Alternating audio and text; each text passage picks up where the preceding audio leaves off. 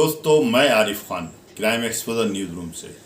आज सबसे पहले बात होगी रामपुर की उस प्रतिभा की जिसने न सिर्फ अपने माँ बाप, अपने परिवार, बल्कि पूरे रामपुर ज़िले का नाम रोशन किया। मैं बात कर रहा हूँ रामपुर के एक नौजवान पिरखर की, जिसने आईएएस की परीक्षा पास करके एक ऐसा रिकॉर्ड बनाया है जो अभी तक शायद किसी रामपुर के नौजवान लड़के ने नहीं बनाया होगा। पिरखर की मां सैदनगर के एक उच्च माध्यमिक स्कूल में प्रधान अध्यापिका हैं। उनके बेटे पिरखर ने 29वीं रैंक पूरे भारतवर्ष में प्राप्त करके आईएएस की उपाधि प्राप्त की है, जो न सिर्फ उनके लिए, उनके परिवार के लिए, बल्कि पूरे रामपुर ज़िले के लिए फ़ख्र की बात है कि रामपुर का एक ऐसा नौजवान जिसने सबसे बड़ी हिंदुस्तान की प्रशासकीय डिग्री प्राप्त की है, इसलिए उसको हम अपने तरफ से मुबारकबाद देते हैं।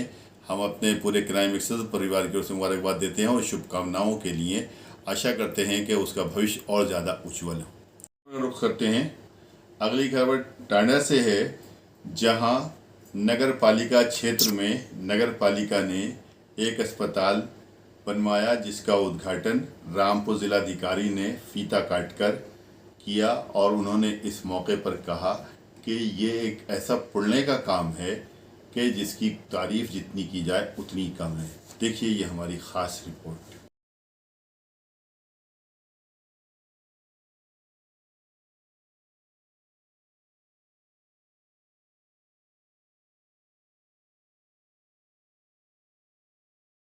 हॉस्पिटल के रूप में तब्दील कर दिया और जो यहाँ पे प्राइवेट सेक्टर के सहयोग से आप इस हॉस्पिटल को चला रहे हैं, तो एक अच्छा इनिशिएटिव है और मैं आपको इसके लिए बहुत बहुत धन्यवाद दूंगा। इसका लाभ जो यहाँ टांडा नगर पालिका क्षेत्र में हमारे लोग रहते हैं उनको भी मिलेगा और साथ साथ ग्रामीण क्षेत्र में भी जो लोग रहते हैं उनको मिलेगा, क्योंकि हमारे यहाँ पे मौसमी परिवर्तन जब होते हैं तो बीमारियां भी उस हिसाब से फैल जाती हैं।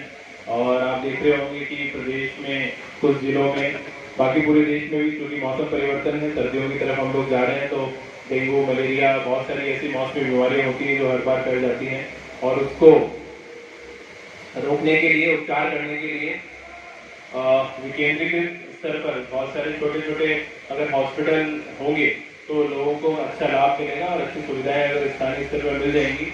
नगर पालिका परिषद टांडा के अस्पताल का यहाँ उद्घाटन हुआ है, क्या क्या सुविधाएं यहाँ लोगों को मिलने वाली हैं? देखिए, यहाँ पे नगर पालिका परिषद टांडा ने मुझे बुलाया था, आमंत्रित किया था। एक नगर पालिका की बिल्डिंग है जिसमें एक हॉस्पिटल का संचालन उनके द्वारा प्रारंभ किया गया है, तो उसके कार्यक्रम के लिए हम यहाँ पे आए थे।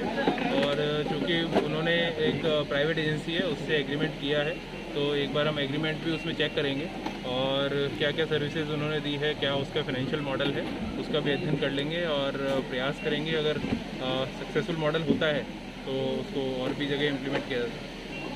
सर, जिस तरीके से कोरोना काल के बाद अस्पतालों में बहुत मरीजों को दिक्कत हुई थी, तो क्या उससे रिलेटिव यहाँ सुविधाएं उपलब्ध रहेंगी? देखिए, कोरोना में जो दिक्कतें हुई वो ज़्यादातर ऑक्सीजन को लेकर थी और जनपद रामपुर में किसी प्रकार की कोई दिक्कत नहीं हुई। आपने देखा होगा कि बहुत सारे जो केसेस थे उसके हिसाब से बेड्स हमारे पास अवेलेबल थे और हमने हमेशा यही कहा था कि किसी को भी ऑक्सीजन को लेकर किसी प्रकार की अफरा तफरी की ज़रूरत नहीं है और बड़ी अच्छी सुविधाएं जनपद स्तर पर जिला अस्पताल में दी गई थी। अब चूँकि ऑक्सीजन को लेकर बिलासपुर में एक CHC प्लांट CSR से लगाया गया है और एक ऑक्सीजन प्लांट जो है PM केयर से डिस्ट्रिक्ट हॉस्पिटल में शुरू हो गया है, तो ऑक्सीजन को लेकर अब फ्यूचर में किसी प्रकार का कोई इशू नहीं होगा। और बड़ी अच्छी बात है कि पिछले लगभग 30 दिनों से जनपद में कोरोना का कोई भी केस रामपुर में नहीं है।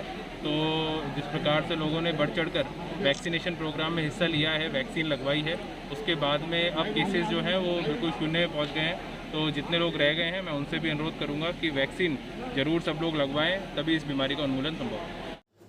दोस्तों, अगली खबर यातायात सुरक्षा को लेकर है।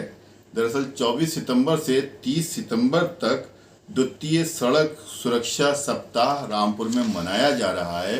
उसी को लेकर आज एक जन जागरूकता रैली निकाली गई, जिसमें CO city, ARTO Surendra Singh, इसके अलावा RI और यहाँ के रोडवेज के प्रबंधक आदि मौजूद रहे। इस रैली का उद्देश्य इस रैली का उद्देश्य लोगों में जागरूकता पैदा करना है, यातायात के प्रति जागरूकता पैदा करना है, ताकि वो हेलमेट लगा के निकलें, सीट बेल्ट बांध कर निकलें और सुरक्षित ड्राइविंग करें, वो खुद भी सुरक्षित रहें और दूसरों को भी सुरक्षित रखें। क्योंकि देखा गया है कि इतना सिखाने और समझाने के बाद भी लोग बाज नहीं आते हैं, उल्टी सीधी ड्राइविंग करते हैं, खुद को भी ख़तरे में डालते हैं और दूसरों को भी ख़तरे डालते हैं। दोस्तों, शायद आपको मालूम होगा कि हिंदुस्तान में बीमारियों से मौतें तो कम होती हैं, लेकिन एक्सीडेंट से मौतें ज़्यादा होती हैं।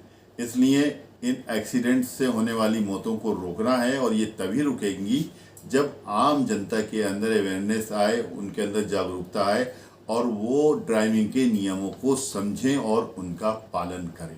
दोस्तों, क्राइम एक्सपोजर न्यूज़ ग्रुप का संपादक मैं आरिफ खान हमेशा इसी प्रकार की खबरें लेकर आपके सामने आता हूँ। ये वीडियो भी अगर आपको पसंद आई हो, खबर अच्छी लगी हो, तो इसको शेयर कीजिए, लाइक कीजिए और यदि चैनल को सब्सक्राइब नहीं किया हो तो सब्सक्राइब ज़रूर कीजिए, ताकि इस प्रकार की खबरों के नोटिफिकेशन आप तक डायरेक्ट पहुँचते रहें। नेक्स्ट वीडियो में इंशाल्लाह जल्द मुलाकात होगी।